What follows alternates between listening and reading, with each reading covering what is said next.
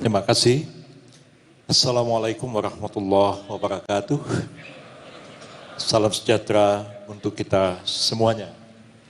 Yang saya hormati para menteri koordinator, para menteri, para kepala badan, para gubernur, bupati, wali kota yang datang dari seluruh penjuru tanah air, Jaksa Agung, Panglima TNI dan Kapolri, hadirin hadirat yang saya muliakan. Izinkan saya untuk memaparkan secara singkat sebagian dari program yang sudah dicanangkan oleh Presiden Prabowo Subianto yang sudah kita kenal bersama dengan sebutan Asta Cita atau 8 Cita 8 program utama yang ingin dilaksanakan oleh Kabinet mulai tahun 2024 sampai dengan tahun 2029 yang akan datang, yang kita harapkan bersama akan menjadi basis untuk mencapai cita-cita yang sangat besar, yaitu pada tahun 2045 terwujudnya Indonesia emas, Indonesia menjadi salah satu negara maju di dunia ini. Dari 8 asta cita itu, kami memilih 4 cita yang dianggap sangat relevan terkait dengan pembangunan di bidang hukum dan hak asasi manusia yang berada di bawah koordinasi Kementerian Koordinator Bidang Hukum, HAM, Imigrasi, dan Pemasyarakatan yang dulu berada di bawah satu kementerian, yaitu Kementerian Hukum dan HAM. Dari 8 asta cita itu, yang relevan dengan tugas-tugas kami dalam pembangunan di bidang hukum, HAM, imigrasi, dan pemasyarakatan adalah pertama, cita pertama nomor 1, yaitu memperkokoh ideologi Pancasila, demokrasi, dan hak asasi manusia. Memperkokoh ideologi Pancasila merupakan kewajiban kita semuanya.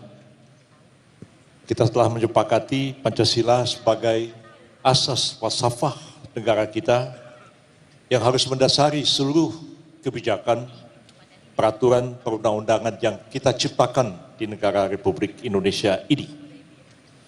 Dalam konteks cita yang pertama ini, memperkokoh Pancasila, demokrasi, dan HAM, maka 3 kementerian yang berada di bawah koordinasi Kementerian Hukum, HAM, Imigrasi, dan Pemasyarakatan, pertama-tama adalah pemenuhan layanan akses terhadap keadilan, mencakup revisi atau penataan ulang berbagai peraturan-peraturan yang ada, dan kemudian juga melakukan upaya di bidang penataan kembali birokrasi di negara kita ini. Yang ingin dikedepankan adalah bahwa kita harus membangun sistem hukum nasional kita yang secara umum di bidang publik kita mempunyai satu sistem hukum yang sama, dan di bidang privat kita mengakui adanya keberagaman sesuai dengan prinsip yang kita anut bersama, slogan dari negara kita, Bhinneka Tunggal Ika, adanya kemajemukan di bidang hukum. Di pusat, pemerintah pusat menciptakan satu norma hukum yang sama di bidang hukum publik, tapi mengakui keragaman di bidang hukum privat. Begitupun di daerah-daerah sesuai dengan asas otonomi daerah dapat menciptakan norma hukum yang didasarkan kepada prinsip negara kesatuan Republik Indonesia dan sekaligus mengakui adanya keberagaman di tengah-tengah masyarakat kita.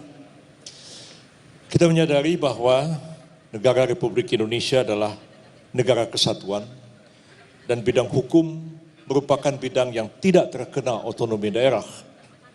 Hukum kita satu, kebijakan hukum nasional kita satu, dan kita berharap seluruh daerah dapat menyesuaikan dengan ketentuan-ketentuan umum yang diciptakan oleh pemerintah pusat, baik dalam bentuk undang-undang, peraturan pemerintah, peraturan presiden, dan seterusnya. Ini sangat penting oleh karena adanya kepastian hukum merupakan satu prasyarat mutlak untuk mencapai pembangunan ekonomi yang berkeadilan dan mempercepat pertumbuhan ekonomi di negara kita. Cukup banyak kajian-kajian akademik yang menunjukkan bahwa terciptanya hukum yang didasarkan kepada keadilan dan kepastian akan mendorong percepatan pertumbuhan ekonomi di negara yang bersangkutan. Negeri kita mutlak memerlukan hukum yang berasaskan kepada keadilan dan kepastian.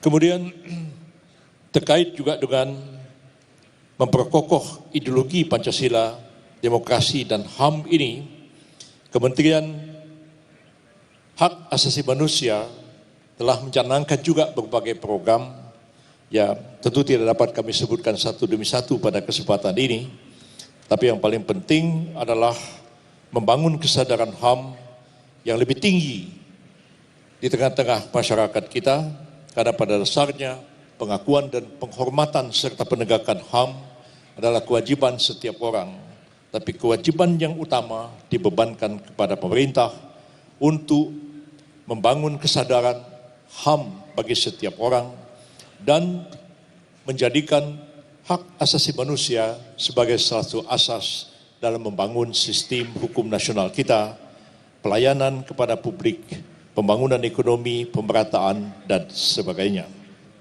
Kemudian Kementerian Imigrasi dan Pemasyarakatan juga berkewajiban dan berkeinginan untuk terus meningkatkan pelayanan publik di bidang keimigrasian, terutama juga berkaitan dengan pengamanan lalu lintas orang masuk dan keluar wilayah negara Republik Indonesia, dan khususnya juga terkait dengan pengamatan di daerah-daerah perbatasan.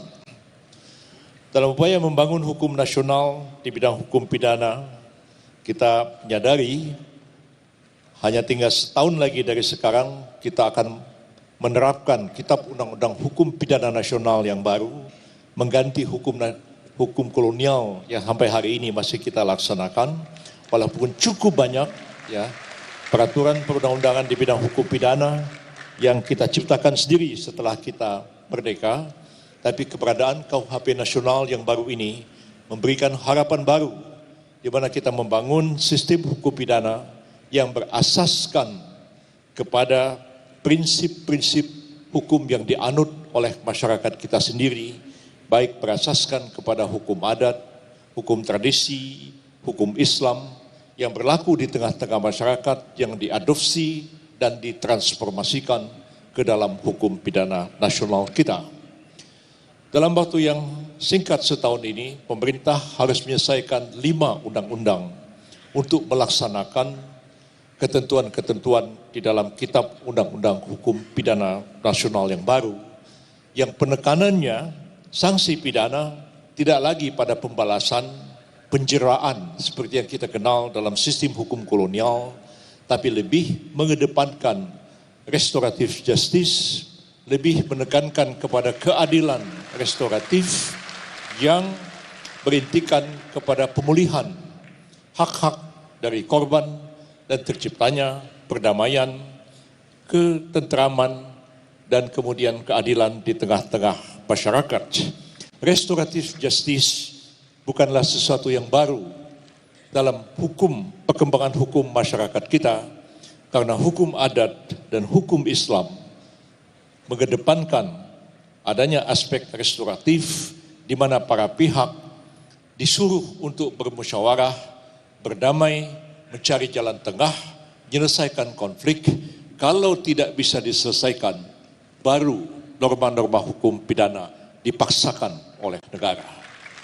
Jadi kita menciptakan sistem hukum baru yang berasaskan kepada kesadaran hukum rakyat kita, didasarkan kepada adat, hukum agama yang berkembang di tengah-tengah masyarakat kita sesuai dengan falsafah Pancasila yang kita anut bersama.